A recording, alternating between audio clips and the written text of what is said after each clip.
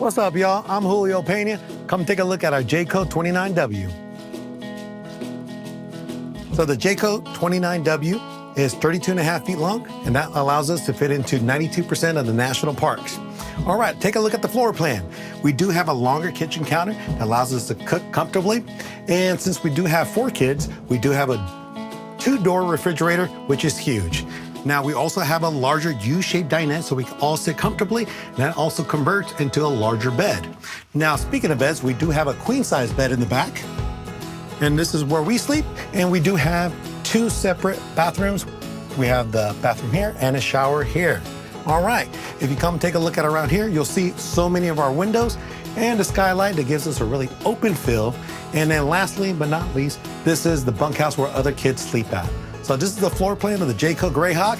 Thanks for joining us. See you guys down the road.